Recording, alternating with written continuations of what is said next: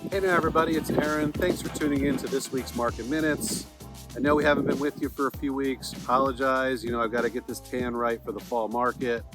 We've been getting a bunch of houses ready to come on in early September, including the one behind me. So I've been doing a lot of renovations. And I thought, why don't I give you guys my 3 top tips before you jump into your renovation? All right, tip number 1. Do you have the right team together? Now, everyone thinks I want to renovate my bathroom or my kitchen. I got to go out and get a contractor. Well, you do, of course. But who's going to be the person to help you put all the pieces in place to make that design that you have in your head a reality? Are you the type of person who's going to be able to pick your own tile, your own cabinetry, and so forth? If you're not, you need to get the right team in place to help you, because your contractor who is there to do the construction is not a designer. So you're going to need to either get a design build firm who has people on staff to help you through that process, or an outside designer.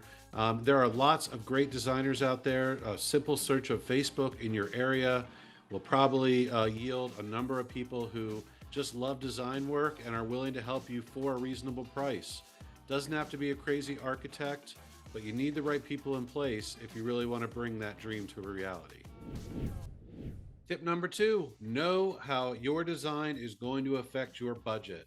Now, a lot of people don't know this, but about 30 to 40% of the cost of a lot of renovations is in the infrastructure work. It's in the rough-in plumbing and electrical.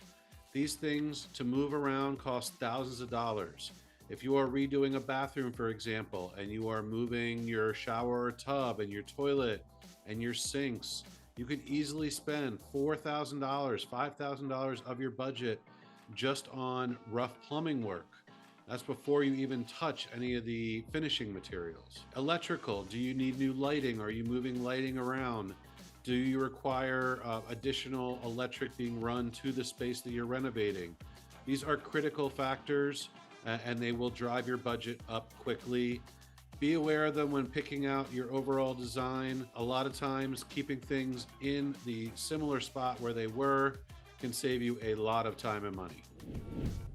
All right, tip number 3, and really maybe one of the most important ones. You need to get your materials for any renovation you're going to do on site before you start any demolition work. This is critical.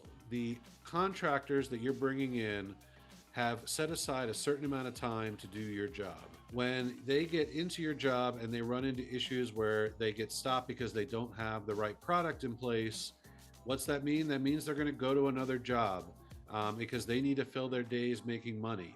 So a lot of frustration with renovation is you hear all the time, contractors start jobs, they go off to do another one in the middle.